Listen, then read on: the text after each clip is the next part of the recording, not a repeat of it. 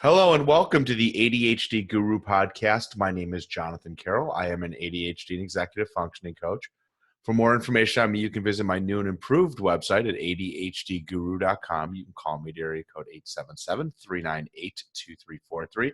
Send me an email to Jonathan, that's Jonathan, at adhdefcoach.com. You can follow me on Twitter and at YouTube at ADHD Guru.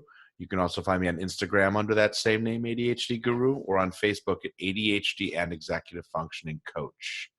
If you listen to this to the iTunes, Google Play, Stitcher Radio, or iHeartRadio apps, thank you. If you wouldn't mind leaving me some feedback, would be great. I'm always looking for topic ideas. Today's topic idea actually came from the world of Twitter.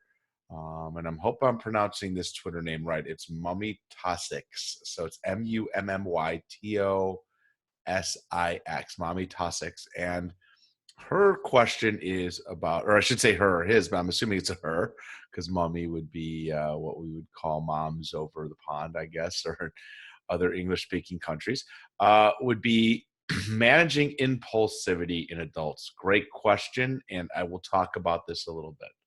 I have ADHD, and I know that I can be very impulsive sometimes in things that I do and things that I say. Sometimes it's not always the worst thing in the world, but there are times where it is not such a good thing. So let me give you some suggestions, Mummy Tussex, and everybody else out there.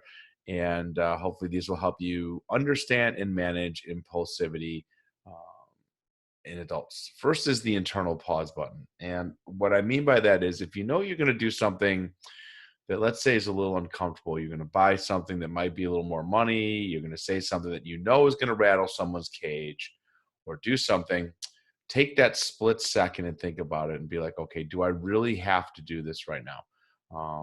Easier said than done, I know. Sounds very obvious, but what you really want to build in is that, like, okay, maybe you tap your toes 3 times, maybe you clench your fists twice, maybe I don't know. Think of something that might be a way of reminding yourself of that. So if I'm going to call someone and say something, I'm going to tap you can't see it. Well, I am on YouTube as well, but you can't see my foot, obviously. But I'm tapping my foot 3 times before I say something, before I do something. Curl my toes maybe once or twice. And that way kind of give myself a reminder, like, okay, is this really what I want to say, or is this how I really want to come across? So I would really work on building in that internal pause button, and finding sort of that thing that helps you sort of pause yourself. Another thing that I like to do is, if I'm going to buy something, is sleep on it. So I might say, okay, I'm going to go buy something that's probably, not like groceries, but maybe let's say something that's a piece of technology, or something that's not exactly inexpensive. I'm going to wait on it. And, obviously when you go into car dealers, sometimes they're like, oh, this deal won't be here tomorrow. Well, it will. So sometimes you just have to do the old, well, I'm going to sleep on it kind of thing. Or if you're buying, let's say, a computer or an expensive piece of clothing or anything like that, wait on it. You sleep on it that night.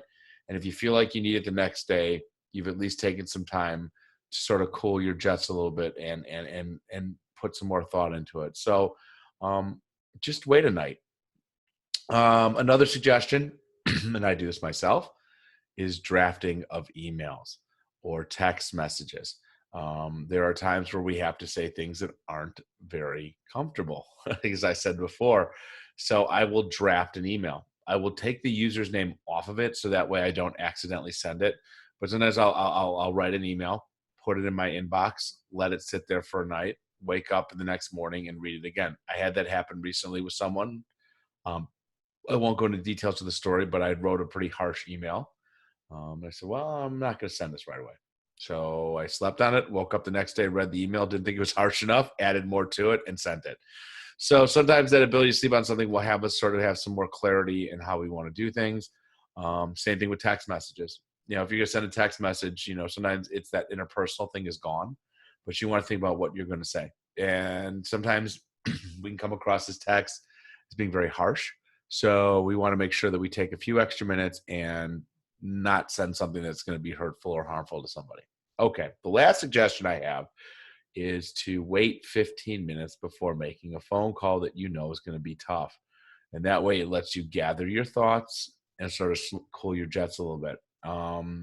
If we make a phone call in that moment of being impulsive, it could end very badly for us. If we take a few minutes, think about what we want to say, and then make the call, it usually makes things better.